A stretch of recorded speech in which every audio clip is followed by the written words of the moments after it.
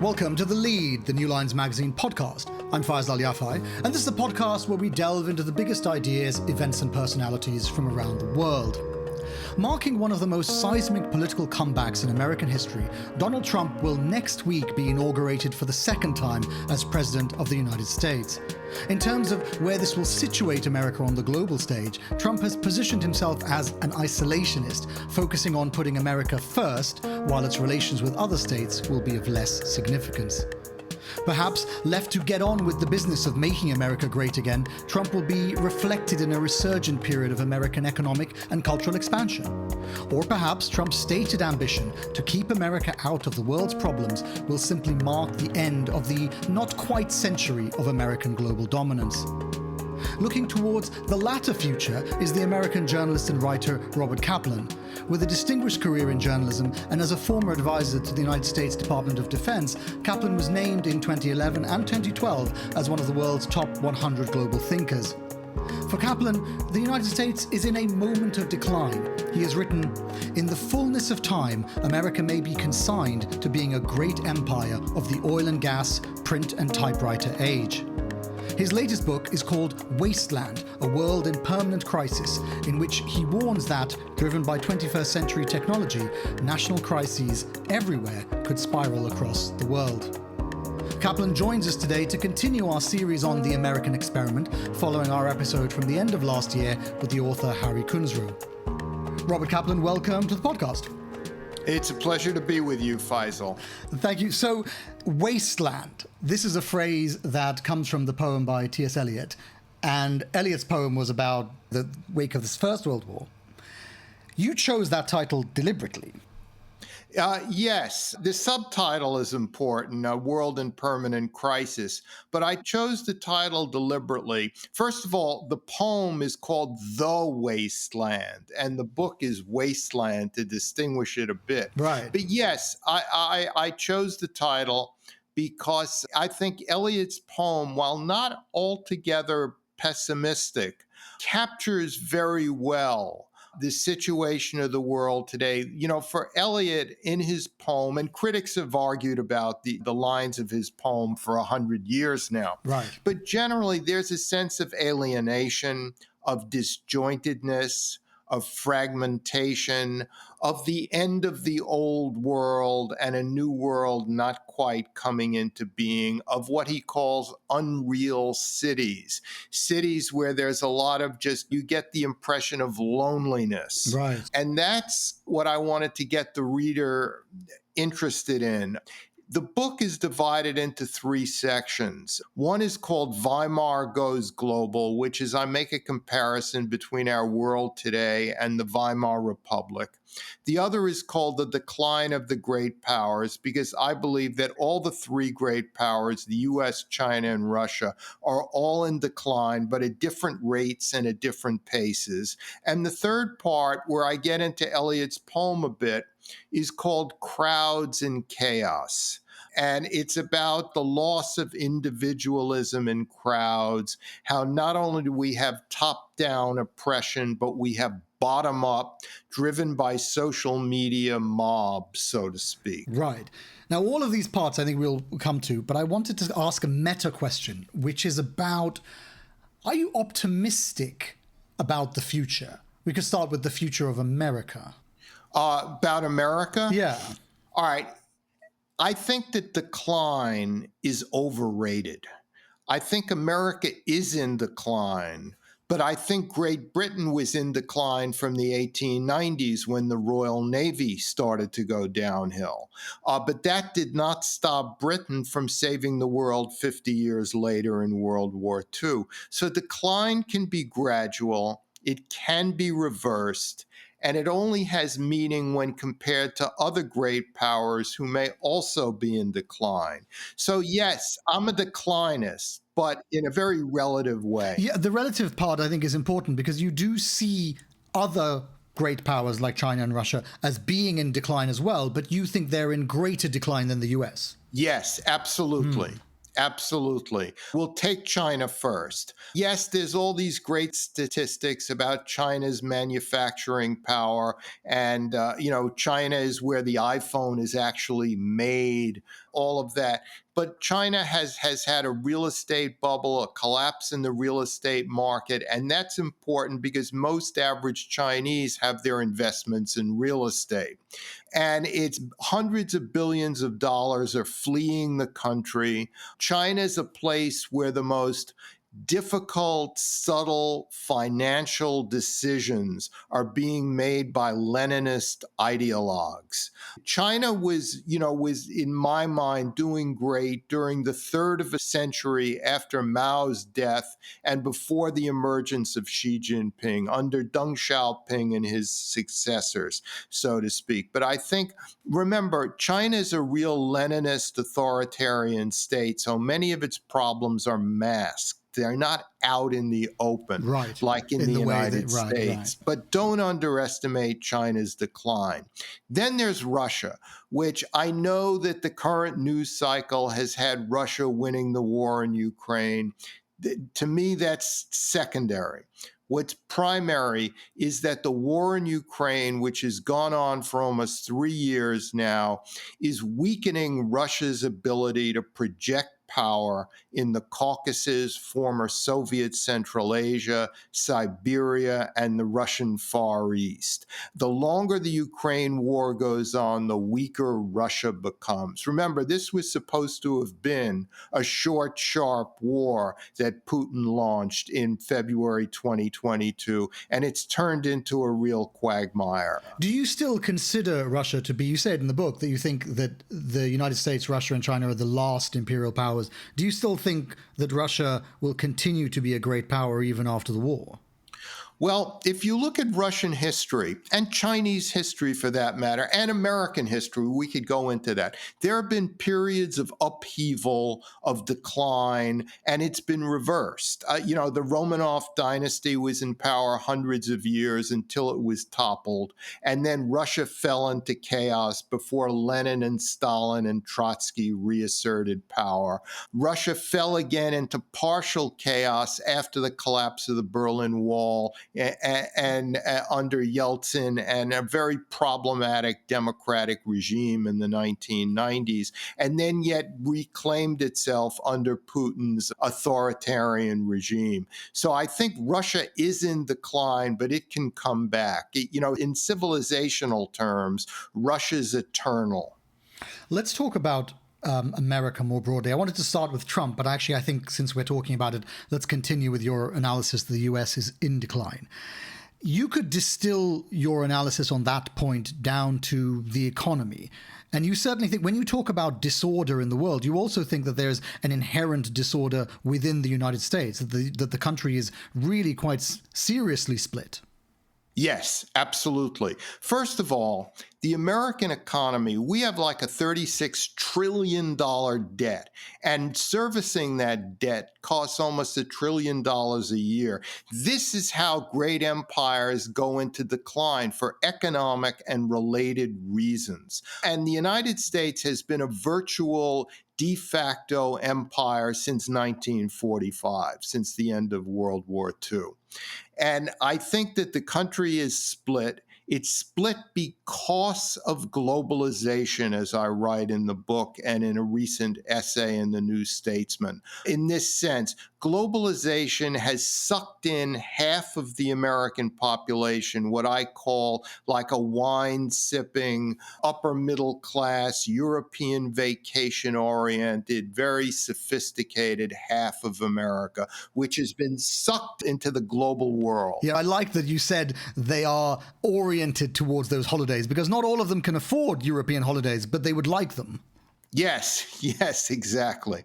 Yeah, oriented towards European holidays. And none of these people would be caught dead in the flyover states of the Trumpian interior, Then there's the other half of the country, which for reasons cultural, personal, this or that, cannot compete in the global world. And they're stuck in the nation state, and they resent the elites. They resent the fact that wages have not risen as much as they should have since China joined the World Trade Organization. They resent the fact how automation has stolen a lot of good jobs. Then there are the forever wars in the Middle East. There's a number of factors which has set them against this globalized elite class. And so the nation is split in a way it's never been before, because what's really happened in America, Faisal, is the center is gone. The center has disappeared. You used to have a collection of 20 or 30 senators, conservative Democrats, liberal Republicans, who would get together and make bills. And the bills would pass, and the bills would be good bills because they were from the center, essentially. That's all gone. The Democrats have moved steadily to the left, and the Republicans have moved steadily to the populist right. So a presidential election is existential. The losing side feels totally disenfranchised. Whereas, I'm 72 years old. I remember presidential elections, many of them, where one person won, one person lost, and everyone went on. There was no real angst or anything. Right. Because you brought up the question about the political center, let me read you a part from your New Statesman article. And this is really about what you were talking about with the way that the tech giants have overlapped. So the quote is this: "In the print and typewriter age, mass democracy produced American dynamism. Moderation and the political center held the balance of power in a communication setting of comparatively lengthy, reasonable argument. By contrast, the digital video era, by rewarding short bursts of inarticulate passion, has fed the extremes of both parties, leading to dysfunctional politics. Because the political center, which used to unite and overlap the two major parties, has disappeared, thanks in part to technology, the stakes in national elections have become existential." And then you go on to say, and this is quite important, you say that it's actually very difficult to imagine a character like Donald Trump in any of the previous political eras that you have written about. Yes, it's because of technology. It's impossible to imagine Donald Trump except in a digital video era. He couldn't function. Trump is I call him post-literate. He doesn't read books.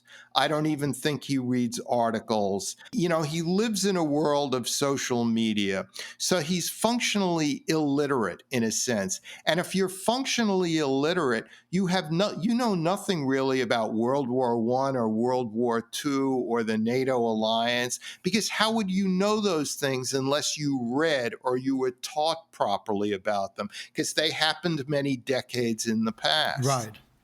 And if you had been paying attention to politics, which he wasn't, he was building his own business. Yes. Also, he's from outside politics. When he became president for the first time in 2017, he really knew nobody in Washington. Now, many people would say that's a good thing. But I think it's a bad thing, because one of the things I defend in my New Statesman piece is the bureaucracy, is the deep state. Because what is the deep state? It's people, it's individuals who are extremely well educated with an extreme amount of experience. They start out as deputy assistant secretaries of state. Then they go to a think tank for 4 years. Then they come back into government as assistant secretaries and back and forth up the chain of command, basically. Robert Gates was one of the greatest defense secretaries in recent American history because he came up that way. He started out as a deputy assistant defense secretary and worked his way up over the decades. So when he got to the job of being Secretary of Defense, he knew the building. He knew who to fire, who to hire from the outside. He had a great understanding of how the 22,000 civilians who work in the Pentagon actually function. So this is why the deep state is so important. And remember, this is crucial. American power is exercised not just by presidential instinct and decisions, but by the decisions made below in the bureaucracy 24 hours a day, all over the world. Because as a de facto empire, America has crises every day in Azerbaijan and Cyprus and Georgia and Sierra Leone. There's all these crises you never read about, but which the so-called deep state manages, and manages well. Yeah. And with Trump, you're going to get much less of that. Now, surprisingly, you are in favor of the deep state. The term deep state is often used in a derogatory fashion, but you don't think it is a problem. You call it the silent mechanism of American power. Yes, yeah. I think most people who criticize it don't know it. I mean, they really don't know what they're talking about in many instances. And you cannot be a great power without a great bureaucracy. The British Foreign Office, like it or not, was a very effective means of governance for centuries. And so you need that. And if you don't have that, you're going to get crises around the world below the radar screen that the United States does not properly engage in. And that will lead to a diminution of American power. Your major concern about Trump seems to be about this bureaucracy, that you worry that the bureaucracy won't be able to function properly, and so that a large part of the American system, the part that is not dependent on Donald Trump personally, will just be frozen.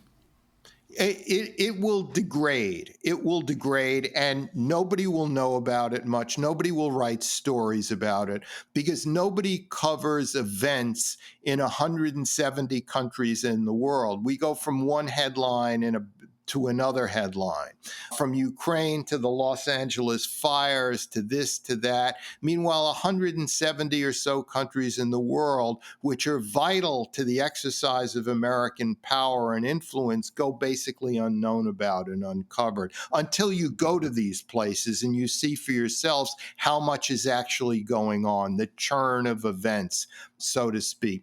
And the reason the bureaucracy functioned well under both Democratic and Republican administrations in the past is the Democrats had their deep state, their experts who would move into government if they were elected, and so did the Republicans. But with Trump, you had, starting in 2015, 2016, the Never Trump movement, the Never Trump phenomena. So you had a lot of highly competent, moderate Republicans who refused to serve in government when Trump was elected. And that has really degraded the bureaucracy, and I think will do so again.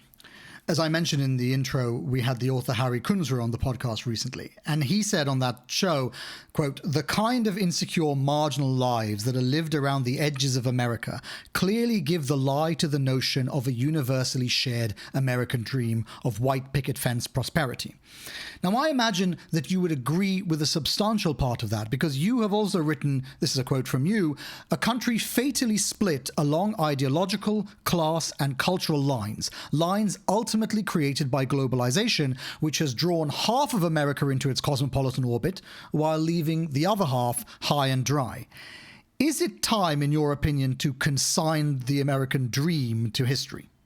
No. Look, let me give you an example. People thought that America was finished when our seventh president, Andrew Jackson, replaced our sixth president, John Quincy Adams.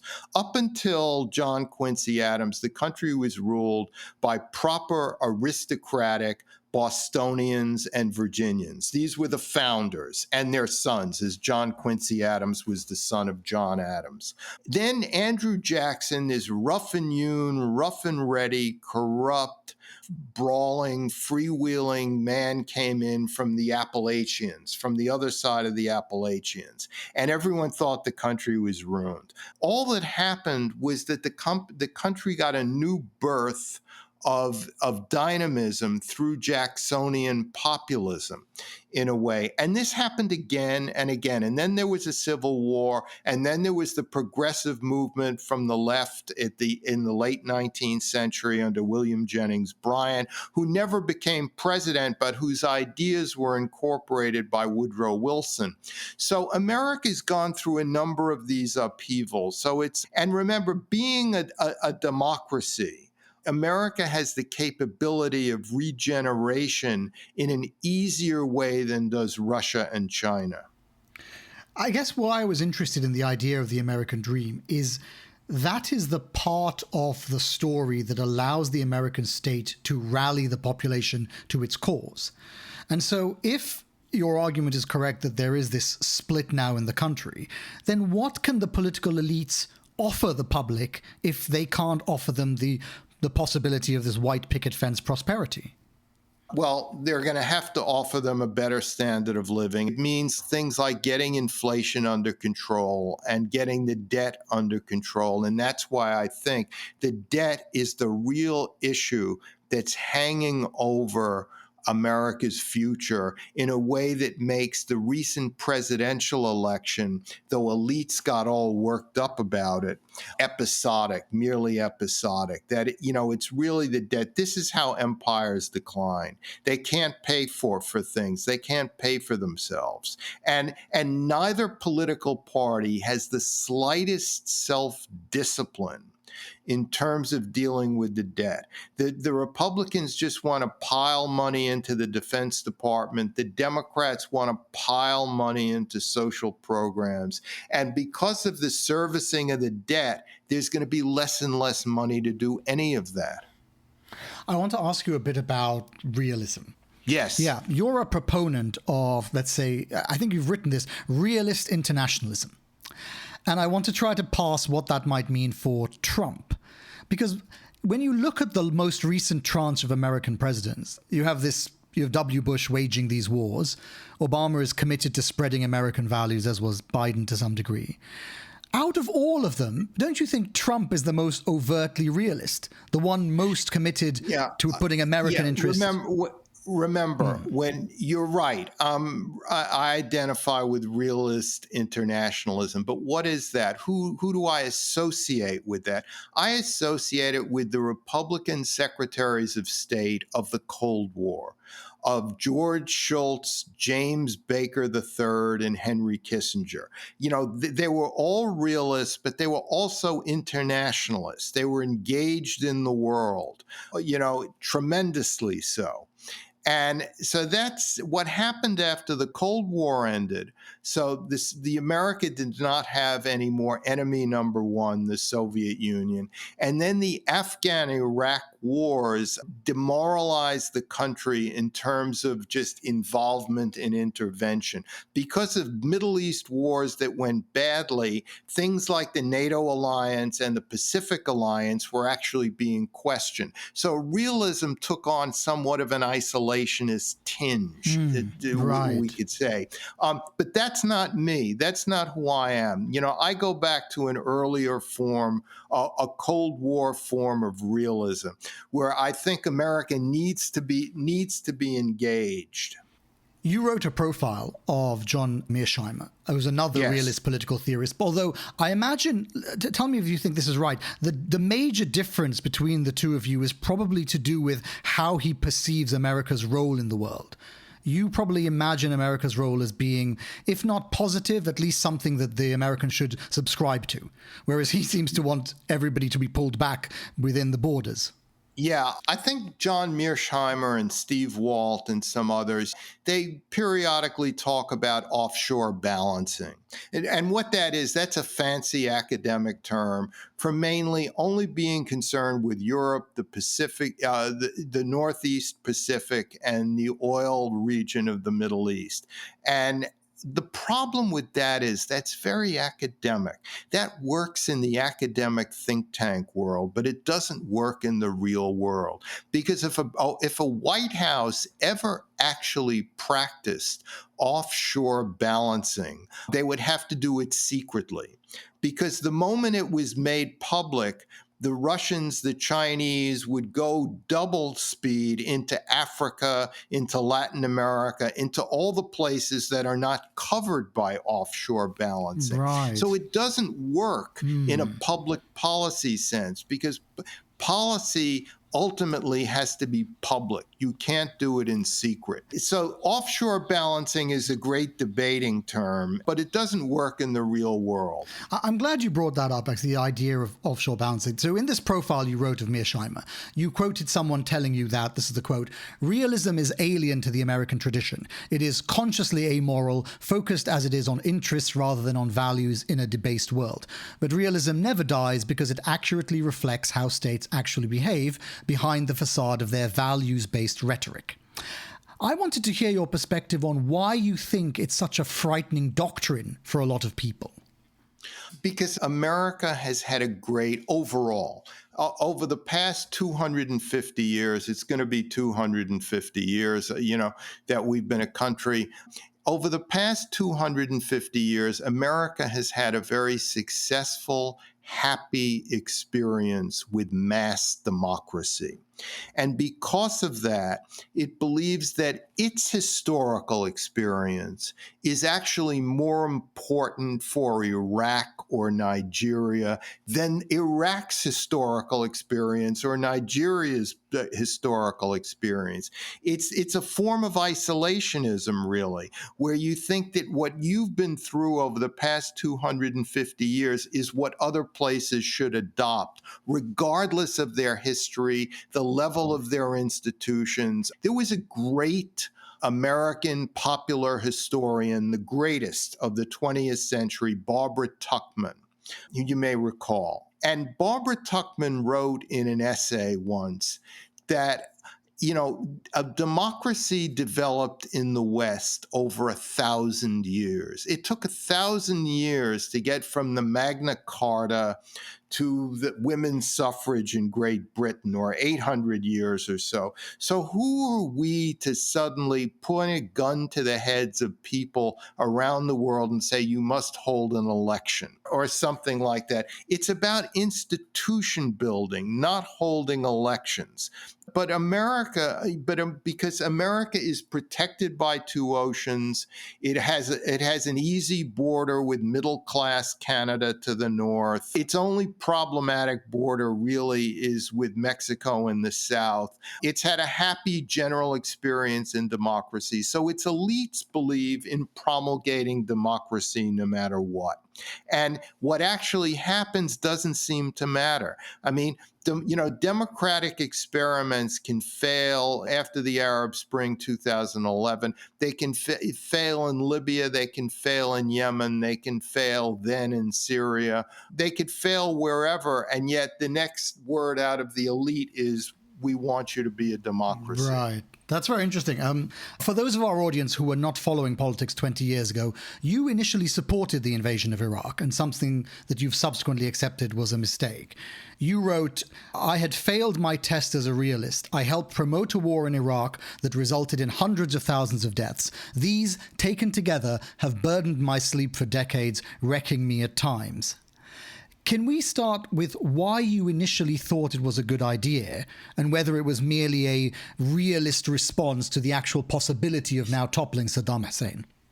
Realism never actually entered into it in my case. I had a very unusual case with the Iraq War. Iraq was never an abstraction to me. As a foreign correspondent, I went to Iraq a number of times under Saddam Hussein and was able to compare it to the Ba'athist regime in Syria, where I also reported on the ground, with many other regimes where I also reported on the ground. And to me, Saddam Hussein's regime was the worst, was overwhelmingly oppressive. The only regime I could compare it to at the time was Nicolae Ceausescu's Romania, where I also reported from. Those were the two worst regimes in the world. So when people said, and both parties agreed with this and other countries agreed with it, that Saddam had weapons of mass destruction, this wasn't just a CIA concocted thing. It was believed by both sides of the political aisle in the United States and among America's allies in the world.